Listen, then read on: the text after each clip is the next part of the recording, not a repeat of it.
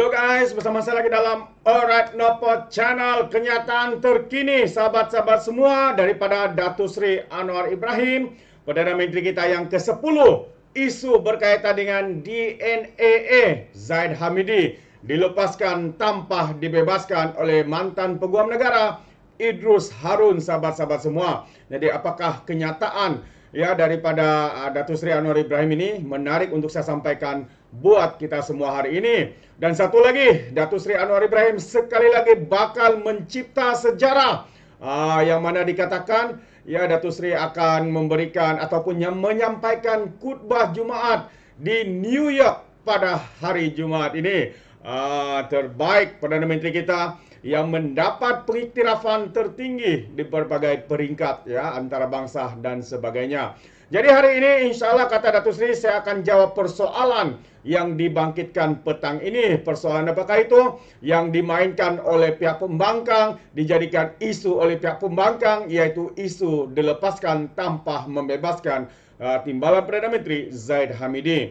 Jadi dikatakan hari ini Perdana Menteri Datuk Seri Anwar Ibrahim akan menggulung perbahasan usul kajian separuh penggal rancangan Malaysia ke-12 di bawah rakyat pada jam 4.30 petang ini.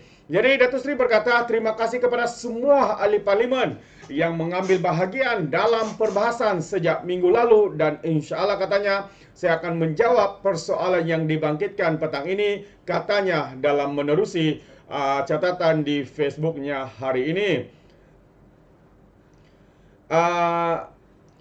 Rancangan Malaysia ke-12 dibentangkan oleh Perdana Menteri pada 11 September lepas bermatlamatkan Malaysia Madani, mampan, sejahtera dan berpendapatan tinggi dengan memperkenalkan 17 anjakan utama sebagai pemangkin utama melalui 71 strategi dan inisiatif bagi menghasilkan keberhasilan yang disasarkan. Rancangan Malaysia ke-12 ialah jaminan teguh oleh kerajaan dalam memenuhi tuntutan reformasi yang diharapkan rakyat sekaligus memaknai semangat Malaysia Madani. Sesi perbahasan usul rancangan Malaysia ke-12 berlangsung selama 3 hari yang bermula daripada 12 September lepas, disusuli dengan penggulungan oleh kementerian berkaitan selama 2 hari yang mana bermula pada hari semalam. Jadi sahabat semua, jangan lepaskan peluang. Hari ini Datuk Seri Anwar Ibrahim akan membuat penggulungan perbahasan untuk kajian separuh penggal KSP Rancangan Malaysia yang ke-12, RMK ke-12 ini. Jadi sekali lagi saya ulang, ia akan berlaku pada jam 4.30 petang ini. Jika tidak ada perubahan, itu adalah masa yang telah ditetapkan. Jadi arahkan mata anda, arahkan minda anda untuk mendengar sendiri penggulungan daripada Datuk Seri Anwar Ibrahim berkaitan dengan rancangan Malaysia ke-12 ini. Dan satu lagi yang menarik untuk saya kongsikan kepada kita semua adalah Anwar akan unggah di New York, yang mana Datuk Seri akan dikatakan akan menyampaikan khutbah Jumaat di New York. Wow. Jadi terbaik Datuk Seri Anwar Ibrahim. Jadi kita mengharapkan semuanya dapat berjalan dengan lancar. Jadi mari kita lihat details dalam kenyataan media ini. Perdana Menteri kita Datuk Seri Anwar Ibrahim akan mengetuai delegasi Malaysia ke Perhimpunan Agung Pertubuhan Bangsa-Bangsa Bersatu ke-78 yang bermula hari ini 26 September di New York. Jadi sahabat semua, ini bukanlah satu perjalanan terbang sana terbang sini semata-mata, tetapi dalam masa yang sama Datuk Seri menghadiri Perhimpunan Agung Pertubuhan Bangsa-Bangsa Bersatu, dan dalam masa yang sama Datuk Seri diminta untuk menyampaikan khutbah Jumaat di New York. Jadi pada penampilan pertama beliau di Perhimpunan Tahunan Pemimpin Dunia itu, Anwar akan berkongsikan usaha Malaysia dalam menangani krisis iklim dan tindakan yang diambil bagi mencapai Agenda 2030. Kata Perdana Menteri, dia akan berkongsikan mengenai kerangka Malaysia Madani. Jadi amat penting untuk kita memberitahu kepada dunia mengenainya, kata Menteri Luar Datuk Seri Dr. Zamri Abdul Kadir kepada wartawan Malaysia di Ibu Pejabat Wakil Tetap Malaysia ke Pertubuhan Bangsa-Bangsa Bersatu di PBB di New York. Jadi turut hadir Duta Besar Malaysia Amerika Syarikat, Datuk Seri Nazri Aziz, Ketua Setiausaha Kementerian Luar Datuk Seri Amran Muhammad Zin, dan Wakil Tetap Malaysia ke PBB Datuk Dr. Ahmad Faizal Muhammad.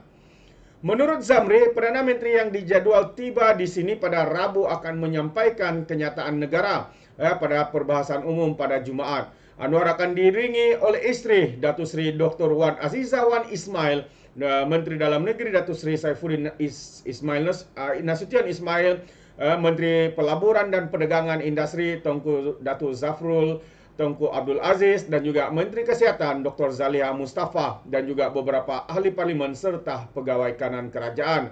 Perbahasan umum yang akan bermula hari ini hingga 26 September akan menyaksikan pemimpin negara dan kerajaan dari 157 negara serta 35 menteri menyampaikan kenyataan negara mereka di Ibu Pejabat PBB. Jadi tema perbahasan umum ini ialah Rebuilding Trust and Reigniting Global Solidarity, Accelerating Action on the 2030 Agenda and its sustainable development goals toward peace, prosperity, progress and sustainability for all. Jadi Zamri berkata, kehadiran Perdana Menteri diunggah dijangka mendapat liputan penting kerana ramai pemimpin negara lain yang ditemui sebelum ini menyatakan bahawa mereka menantikan ucapan Datuk Seri Anwar kerana pengalaman dan kepimpinannya. Jadi inilah dia sahabat semua, pemimpin-pemimpin dunia tidak sabar-sabar untuk bertemu dengan Perdana Menteri kita, Datuk Seri Anwar Ibrahim, dan juga mendengar sendiri ucapan Datuk Seri dalam kerana pengalaman dan kepimpinan Datuk Seri yang memang tidak dapat dipertikaikan lagi di dalam negara-negara Islam maupun di negara-negara Eropah, negara luar di sana. Tetapi berbeza pula di dalam negara kita, pembangkang asik mengatakan Datuk Seri gagal, Datuk Seri zalim, campur tangan dan pelbagai lagi. Tapi mereka salah kerana itu hanyalah ucapan TikTok mereka semata-mata. Untuk apa? Untuk mewujudkan persepsi kononnya Perdana Menteri kita gagal. Hakikatnya sahabat semua, yang gagal adalah mereka. Jadi Perdana Menteri turut dijadual menyampaikan khutbah solat Jumaat di Pusat Kebudayaan Islam New York pada Jumaat ini. Sekaligus pemimpin asing pertama diberi penghormatan sedemikian oleh masjid pertama di bandar itu. Anwar juga akan menjadi host majlis makan malam untuk 1,000 diaspora Malaysia pada Jumaat, kata Zamri, dan akan menambah terdapat kira-kira 25,000 rakyat Malaysia menetap di negara ini. Jadi sekali lagi seperti yang saya katakan sahabat semua, Perdana Menteri dijadualkan akan menyampaikan khutbah salat Jumaat di Pusat Kebudayaan Islam New York, dan ini adalah satu penghormatan yang paling tinggi pengiktirafan terhadap Perdana Menteri kita sahabat-sahabat semua. Ya, jadi inilah bezanya apabila seorang pemimpin itu seorang yang betul committed di dalam memperjuangkan hak rakyat, memperjuangkan agama, bangsa, negara kita. Ya, hingga akhirnya dengan penghormatan sedemikian rupa, ini menunjukkan betapa Datuk Seri Anwar Ibrahim adalah seorang pemimpin yang berkuasa, yang dihormati, disegani di seluruh dunia.